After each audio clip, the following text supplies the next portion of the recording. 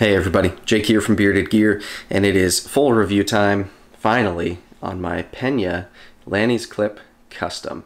This is a knife that I picked up at Blade Show West quite a while ago now. This review's been a long time coming. I'm trying to do some catch up today. You'll see this shirt on a few long time coming style videos. Yeah, this is a custom Enrique Peña knife, and it is gorgeous. This is my first of his customs. I have had several of his X series knives, which are his production OEM knives built by Riat, and the fact that I've been able to own one of his customs now has been really fun for me, because I liked his production knives first, and so to graduate to one of his customs has been really cool. Yeah, so I've had this knife a couple of months, I've carried it quite a bit, I've used it a decent bit. It is gorgeous and awesome, and so I've been relatively gentle with it. But this is a cool, it opened an interesting door for me, right? Because since I have this knife and I was really enjoying it and loving carrying and using it,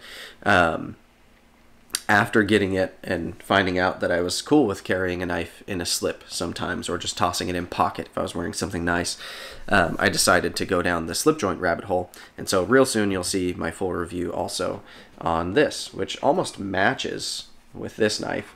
They're like kind of inverse of one another, but this is my Birdvis custom Hitchcock, and yeah, if it wasn't for the Pena, I wouldn't have gone down the slip joint rabbit hole that I'm now a little bit down, which is interesting for me to even say out loud, because I've always been kind of anti-slip joint.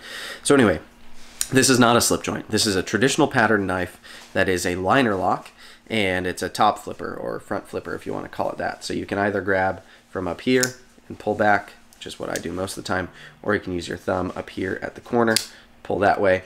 And yeah, total traditional pattern. Lanny's clip is a traditional pattern, but modernized in the sense that it's a flipper on bearings, and I think he's using CPM 154 on here, which is fine.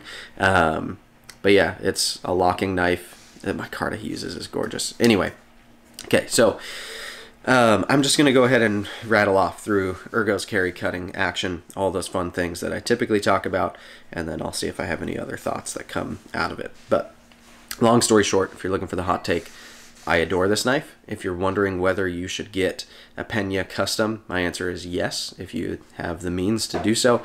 They're phenomenal. And there are some customs that feel really custom, in the sense that, like, you can really tell they were handmade. You can see spots that are uneven. You can feel things where it's not quite perfect like a lot of production knives are. This is a case where this is a custom knife that he does one at a time by hand, but it's so perfect that it feels like it's production, if that makes sense. And yet it still somehow feels better than the production knives he has done by Riat, and those knives are exceptional. So he's really done a wonderful thing here with this custom. But anyway, let's start with Ergos. So ergonomically, part of why I picked this pattern when I bought this knife was because it was one of the larger ones. I really like the size of the Lannys clip. It fits my hand really well. I'm getting all 4 fingers on it. A lot of traditional pattern knives tend to be smaller than I prefer. And with the X series knives, I had the Apache first and loved it, but then I got the large swayback and I realized that the bigger frames just work better for me. And so I've now let go of my large swayback and my Apache because I have this custom, so it seemed redundant to have some of his production knives. But the size of this knife is just great. The edges of the micarta are a little bit cornered. I guess if I were to give one critique, it would be a little bit more chamfering on the edge of them would feel just a hair better. But honestly, it's so smooth in hand. It fits my hand well, and a saber grip, as you can see where I'm grabbing this knife predominantly. It's just wonderful. Really like the saber grip. Hammer grip is also super comfortable. Draw cut, super comfortable. Reverse grip, super comfortable. Reverse grip, draw cut, even that is super comfortable. We've got a totally neutral handle shape here. You've just got a little bit of a bulge. So it's gripping in. I've got plenty to grab onto. The scales are contoured, so it's filling my hand in that way. You can see we've got some curve here. Everything about it is just warm and nice in hand. So ergonomically, this knife is exceptional. And the fact that it doesn't have a pocket clip just makes it melt in the hand even more, right? Because there's nothing here interfering whatsoever. Let's talk action. So this knife does run on bearings. This knife, like I showed already, can be kind of top flipped like so, or it can be front flipped like so, and either way it works great. The detent is a little soft, but in a way that really works for both of these kind of deployment options. Yeah, 9 times out of 10 I'm pulling just like this from up here, pulling kind of back and over, and it's super fun to deploy that way. It just works. It's snappy. On closure, it's not like a free dropper, but it's very smooth, and you can kind of just coax it shut a little bit. It's really, really nice. And compared to a slip joint, which you'd usually see in a pattern like this thing is a fidget dream, right? Because it's on bearings and can fly open and has a detent. So yeah, action is quite good. This knife is fun to play with. Let's talk carry. So the options are basically to toss it in a leather slip, which this one is too big for it, but I've found I like it anyways. I got this at the same show where I bought the knife, just from, this is from Gromit's Leathercraft, and it's worked out pretty well. But I've also found, especially if I'm, like, now that it's wintertime, if I've been throwing on a coat or something, I'll put this in the coat pocket, or just even with a coat, I kind of arrange my pockets differently sometimes, so my wallet isn't like down in my front pocket, or I can just toss this loosely into a pocket if it's got its own space. I'm not like tossing it in with my keys or with a coin or anything weird like that, because I don't want to mess the knife up. But if I've got a pocket, it can go in by itself. Some of the time I'm not even using the slip, I'm just tossing the knife in. And it's comfortable, it's fine. I haven't had any issues with it like opening in pocket or anything like that. It's been totally pleasant to carry. It's big enough that like I'm gonna notice it in any pocket that I toss it in, but it's also not so huge or so heavy that it's like weighing me down or feeling awkward. What does that leave us with? We've done action, carry, and ergos, so it leaves us with cutting. All right, so he's doing a hollow grind on here. Am I crazy? No, this is a hollow grind. That comes down to just a really good thin cutting profile, and I frankly kind of love it. This blade shape is a clip point or a bowie, whatever you want to call it, which I'm drawn to, especially on a traditional pattern like this. But the clip is actually all a swedge, and that looks really great. And then we've got this kind of flat that goes real far down the primary cutting edge, and then an abrupt belly.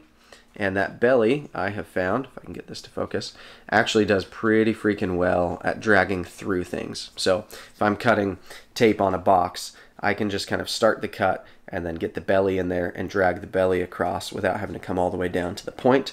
I like that about knives with an abrupt belly. I feel like if the belly on a blade isn't abrupt enough, then it doesn't actually provide you any advantage other than maybe rocking through things, which I rarely do. But if it's too abrupt, then it's also like kind of awkward to cut with sometimes. And when you strike that balance right, and it's enough of a curve there that you can use it almost like a secondary point, I really like that.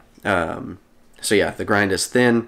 The finish on the blade is stunning. He's done a gorgeous hand rub on here, and it just works. It's a knife that, amidst being like a really nice custom and being finished really well and being really cool to look at and fun to play with, it's also highly functional for real cutting tasks, and so I like that quite a bit. Most of what I've done with it has been fairly light duty because A, the type of knife it is doesn't seem heavy duty to me, but B, it's so nice and so pretty that I struggle to do hard use tasks with it and mess it up. But yeah, so I guess that's kind of all the categories. Overall, it's just a wonderful little custom.